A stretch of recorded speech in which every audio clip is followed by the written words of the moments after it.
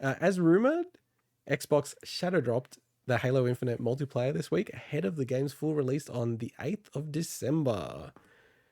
It's a free-to-play game on PC, Xbox One, and Xbox Series consoles.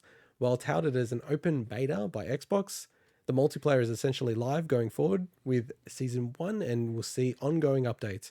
Many outlets have also provided in-depth preview coverage of the single-player campaign.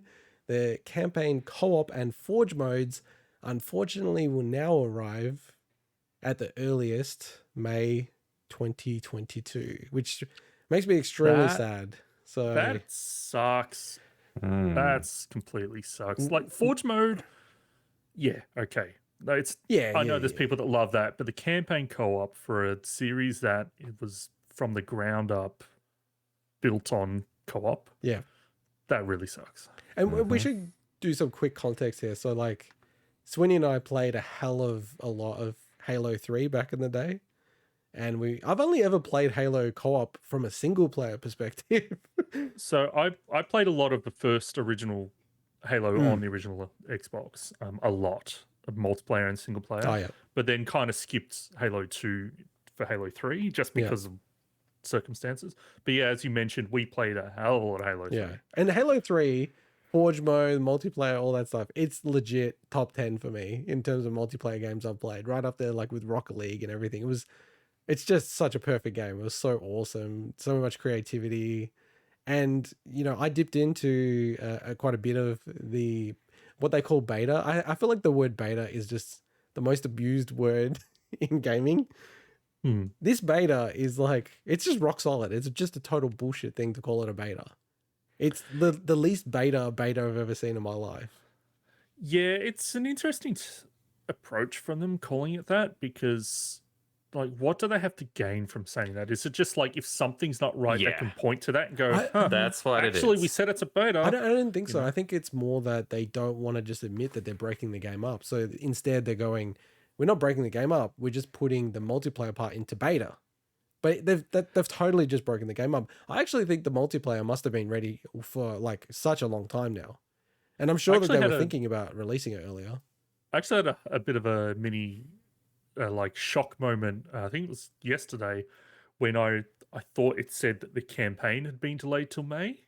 Yeah, same. And I'm like, what?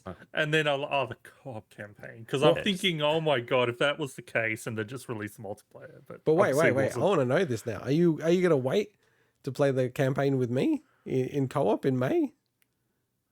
Honestly, I enjoyed Halo 3 campaign more single player than co-op. No, legit. Like, we had a lot of fun. That's because you played with Intergot. We had a lot of fun, but when I played through, because we didn't know anything was happening storyline-wise, when I actually... No, I mentioned this to you before. Like, when I played it through after a while afterwards, I actually had enjoyed the campaign more. The multiplayer is a different thing, right? Well, yeah, but I played through the... was it Reach, ODST, all those campaigns single player as well. Yeah, I know that. I feel like we need to do Am I the Arsehole on You now. There you go. I had a lot more fun playing it by myself than I did with you. Like, it's the same. Like some games, same with Borderlands. There's some games where I just don't enjoy it as much co-op. I still had a fun time. I'm the same.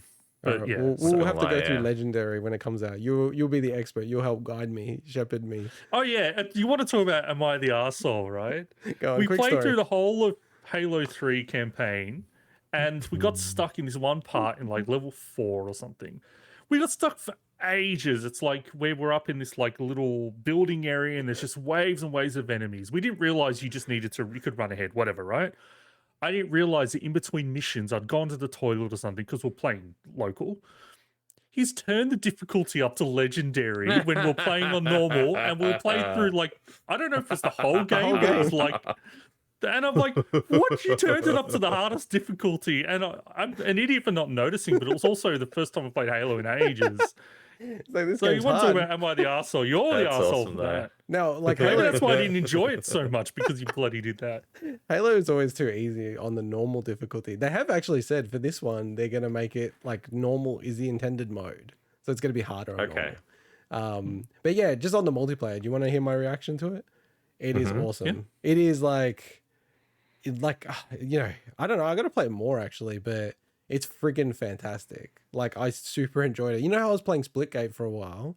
It's just like, I don't know, something about the Halo formula when they execute it right. It's just a very fun multiplayer game without being too serious. It's just, it feels like its own thing. You know, you've got like the Quakes of the world, and you've got these kind of like Overwatch type of like, you know, hero shooters. But this is like its own kind of arena. But I don't know, it's just so easy to say it's a Halo game. Same as Splitgate's like a Halo game with Portal. So, but I have played the Halo 4 and 5 multiplayer.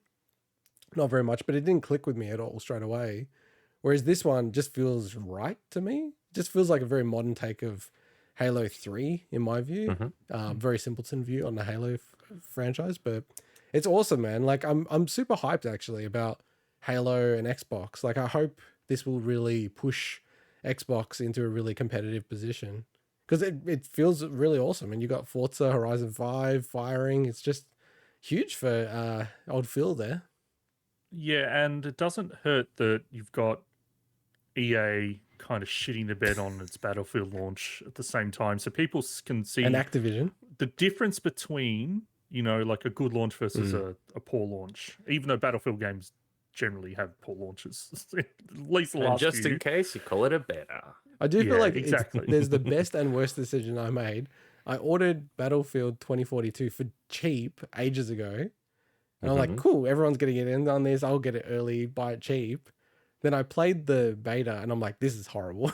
I cancelled my pre-order, which I'm surprised you can do after activating the code.